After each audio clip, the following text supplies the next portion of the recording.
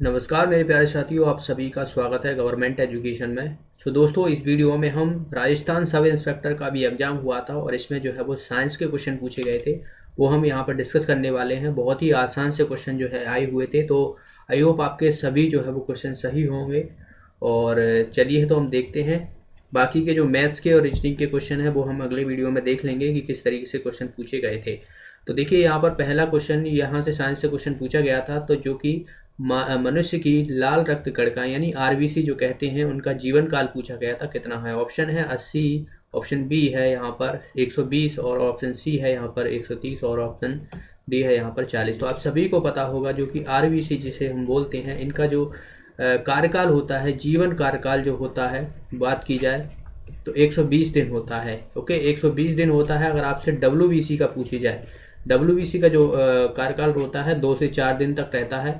तो इन्हें भी आपको याद रखना, डब्ल्यूबीसी को ल्यूकोसाइट कहते हैं और एथ्रोसाइट जो है वो आरबीसी को कहा जाता है। और आरबीसी जो है ये कहाँ पर बनता है, तो अस्थि मज्जा में जो बनता है, बोन मैरो में बनता है।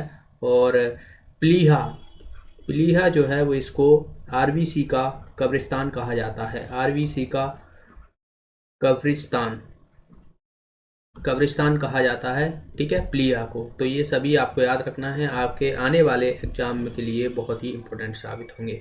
ओके। और डब्ल्यूबीसी जो है हमारे रोगों से क्षमता, रोग जो होते हैं उनसे लड़ने की क्षमता प्रदान करता है ये डब्ल्यूबीसी। वाइट ब्लड सेल जैसे हम बोलते हैं, वाइट ब्लड कार्पल्स भी बोलते हैं, तो याद रखना है। नेक्स्ट क्वेश्चन जो पूछा गया था, निम्नलिखित में से कौन दूध की प्राकृतिक तरीके से दही में परिवर्तित करने के लिए जिम्मेदार है। ऑप्शन ए है विषाणु यानी वायरस, ऑप्शन बी है जीवाणु यानी बात की जाए बैक्टीरिया, और ऑप्शन सी है शैवाल, और ऑप्शन डी है कवक। तो आपने देखा होगा जो दूध है वो दही में जमता है और इसमें एक बैक्टीरिया होता है। बैक्टीरिया होता है लैक्टोबैसिलस बैक्टीरिया होता है। लैक्टोबैसिलस बैक्टीरिया होता है जिसके माध्यम से जो है वो दूध दही में जम जाता है, और दूध से दही में जमने की क्रिया को हम रासायनिक अभिक्रिया कहा जाता है। तो ये भी कई बार पूछ लिया है कि दूध से दही जमने की क्रिया को क्या कहते हैं, तो रासायनिक अभिक्रिया कहा जाता है। रासायनिक अभिक्रिया वे अभिक्रियाएं होती हैं जिन्हें हम वापस यानी रिवर्स नहीं कर सकते हैं। आपने देखा कि दूध से दही तो जम गया, लेकिन अब दही से दूध नहीं कर सकते। तो ये जो है वो एक तरीके से रासायनिक अभिक्रिया होती है, जैसे लोहे का जंग लगना, केले का सड़ना, फलों का सड़ना, ये सभी जो है वो रासायनिक अभिक्रिया कहती हैं। भौतिक अभिक्रिया वो होती हैं जिन्हें रिवर्स किया जा सकता है। जैसे कि बात करूँ मैं, जैसे बर्फ है। ओके, बर्फ मतलब आइस, और तो इससे आइस से पानी भी बना सकता है और पानी से हम आइस भी बना सकते हैं। तो ये क्या है, एक तरीके से भौतिक अभिक्रिया है। तो यहाँ पर इसका आंसर क्या हो जाएगा, जीवाणु है, एक बैक्टीरिया है जो लैक्टोबैसिलस है, ठीक है। लैक्टोमीटर से जो है वो इसकी शुद्धता को नापते हैं दूध की, लैक्टोमीटर से। ओके, तो इसे भी आपको याद रखना है। अगले क्वेश्चन की तरफ बढ़ते हैं। नेक्स्ट क्वेश्चन जो पूछा गया था यहाँ पर, ग्रीन हाउस गैस नहीं है। ग्रीन हाउस गैसेस आपको पता होगा इन सभी, देखिए ऑप्शन है यहाँ पर मीथेन, नाइट्रोजन, नाइट्रस ऑक्साइड, और बात की जाए कार्बन डाइऑक्साइड। तो इसमें आंसर जो है वो, इसका आंसर हो जाएगा नाइट्रोजन जो है वो एक ग्रीन हाउस गैस नहीं है। बाकी CH4 जिसे मीथेन बोलते हैं ये ग्रीन हाउस गैस है। N2O जिसे नाइट्रस ऑक्साइड, इसे याद रखना है लाफिंग गैस भी कहा जाता है। लाफिंग गैस यानी हास्य गैस भी कहा जाता है। और CO2 जो कि कार्बन डाइऑक्साइड है। तो ये सभी जो है वो ग्रीन हाउस गैसेस है। नाइट्रोजन जो है वो ये ग्रीन हाउस गैस नहीं है। अगला क्वेश्चन जो पूछा गया था यहाँ पर, निम्नलिखित में से कौन सी भौगोलिक क्षेत्र की जैव विविधता के लिए संकट हो सकता है। भौगोलिक जैव विविधता यानी बायोडाइवर्सिटी जो है वो उसके लिए संकट हो सकता है। ऑप्शन दिए हुए यहाँ पर देखिए, वैश्विक तापन यानी ग्लोबल वार्मिंग, तो बिल्कुल यहाँ से ग्लोबल वार्मिंग अगर बढ़ जाती है तो तापमान बढ़ेगा, और जिससे जो है वो जैव विविधता में जो है वो एक तरीके से नुकसानदायक होता है। प्राकृतिक बाष्प का विखंडन, तो बिल्कुल अगर प्रकृति की जो चीज़ें हैं उनका विखंडन होता है तब भी जो है वो जैव विविधता के लिए संकट बनता है। विदेशी प्रजातियों का आक्रमण, विदेशी प्रजाति मतलब जो एलियन हो गए, कोई दूसरे ग्रह से आए, तो तब भी जो है वो हमारे बात की जाए तो जैव विविधता के लिए संकट है। शाकाहार को प्रोत्साहन करना, तो ऐसा कुछ नहीं है, बहुत से लोग मांसाहारी भी होते हैं, शाकाहारी भी होते हैं, तो इसमें ऐसा कुछ नहीं है।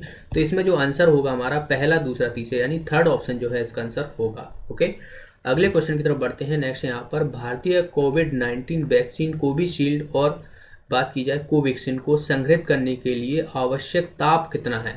यानी आपने देखा होगा जो कोविशील्ड है, आपने वैक्सीन लगवाई होगी कोविड-19 की, तो कोविशील्ड जो है ये किसके द्वारा, सीरम इंस्टीट्यूट के द्वारा जो है वो बनाई गई है, सीरम इंस्टीट्यूट।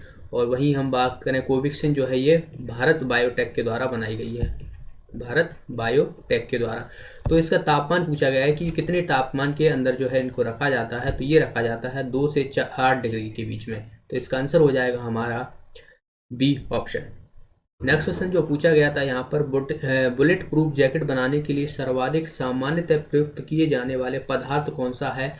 ऑप्शन है यहाँ पर कोल तार, ऑप्शन बी है केवेलार, ऑप्शन सी है फुलेरिन और ऑप्शन डी है यहाँ पर फॉर्मेलिन। तो इसका आंसर हो जाएगा हमारा सेकंड ऑप्शन केवेलार को जो है वो जो बुलेट प्रूफ जैकेट होती हैं जिन्हें हम आर्मी में यूज करते हैं, आर्मी के लिए जो है वो सैनिक होते हैं उनके लिए बनाई जाती हैं बुलेट प्रूफ जैकेट, तो यह जो है वो केवेलार के द्वारा जो है वो इससे जो है वो बनाई जाती है, पदार्थ होता है। नेक्स्ट क्वेश्चन जो पूछा गया था, ग्रीन मफलर किसे कहते हैं। ग्रीन मफलर जो है ये किससे संबंधित है या बात की जाए तो देखिए ऑप्शन है यहाँ पर वायु प्रदूषण से, ऑप्शन बी है यहाँ पर ध्वनि प्रदूषण से, ऑप्शन सी है यहाँ पर जलवायु प्रदूषण से, ऑप्शन डी है मृदा प्रदूषण से। तो इसका आंसर हो जाएगा हमारा सेकंड ऑप्शन, ग्रीन मफलर जो होता है ये ध्वनि प्रदूषण से जो है वो उससे ये यूज किया जाता है, ध्वनि प्रदूषण को कम करता है। एक तरीके से जो इंडस्ट्रियल एरिया होती हैं जहाँ पर जो है वो बात की जाए तो काफ़ी सारी मशीनें होती हैं, आवाज़ करती हैं, तो वहाँ पर जो है इसका यूज किया जाता है ग्रीन मफलर का। अगला क्वेश्चन है यहाँ पर, एक विद्युत फ्यूज तार की क्या विशेषताएं होनी चाहिए। जो विद्युत फ्यूज तार होता है जो आपने देखा होगा, जो हमारे घरों में एक फ्यूज लगा रहता है, ठीक है, जो फ्यूज का तार होता है वो लेड और टिन से बना होता है। तो ये कई बार पूछ लिया जाता है, लेड और टिन से जो है वो बना होता है फ्यूज तार। और इसमें हमें पूछा क्या गया है, देखिए ऑप्शन में दिए हुए निम्न गलनांक निम्न विशिष्ट प्रतिरोध, उच्च गलनांक निम्न विशिष्ट प्रतिरोध, निम्न गलनांक उच्च विशिष्ट प्रतिरोध या उच्च गलनांक उच्च विशिष्ट प्रतिरोध। तो इसमें क्या होता है, जो हमारे फ्यूज तार होता है उसका जो है वो गलनांक जो रहता है, गलनांक क्या रहता है, गलनांक जो रहता है वो निम्न रहता है। अप्रोक्स जो है वो 200 डिग्री सेल्सियस पे जो है वो अगर इस पे तार पे लोड पड़ता है तो ये फ्यूज तार जो है वो गल जाता है एक तरीके से। और इसका प्रतिरोध जो होता है वो होता है हाई। तो विशिष्ट प्रतिरोध जो रहता है हमारे प्रतिरोध का बात की जाए तो फ्यूज का, तो इसमें जो है वो उच्च होता है, ठीक है। तो इसका आंसर क्या हो जाएगा हमारा थर्ड ऑप्शन जो है इसका आंसर हो जाएगा निम्न गलनांक और उच्च विशिष्ट प्रतिरोध, ठीक है। तो फ्यूज तार, ओके। तो ये आपको ये एक क्वेश्चन और पूछ लिया जाता है इसमें कि फ्यूज तार जो रहता है इसको हम किस क्रम में लगाते हैं, तो श्रेणी क्रम में जो है यूज किया जाता है, श्रेणी क्रम में जो है हम लगाते हैं फ्यूज वायर को, अपने घरों में यूज होता है वो श्रेणी क्रम में जो है वो यूज किया जाता है। अगला क्वेश्चन जो पूछा गया था यहाँ पे देखिए, सर्वाधिक सामान्य रूप से काम में आने वाला अर्धचालक पदार्थ कौन सा है। अर्धचालक जिसे हम सेमी कंडक्टर बोलते हैं, कंडक्टर बोलते हैं, ठीक है। देखिए ऑप्शन है सिलिकॉन, कार्बन, गंधक और जर्मेनियम। तो इसका आंसर हो जाएगा हमारा ए ऑप्शन सिलिकॉन। सिलिकॉन आपने देखा होगा मोस्टली जो हमारे इलेक्ट्रॉनिक्स जो आइटम होते हैं या मशीनें होती हैं, बात की जाए जैसे हमारा कंप्यूटर है तो इसमें जो मदरबोर्ड है उसमें सिलिकॉन धातु, सिलिकॉन अर्धचालक या सिलिकॉन सेमीकंडक्टर का यूज किया जाता है। तो यह सबसे अधिक यूज किया जाता है सर्वाधिक सामान्य रूप में।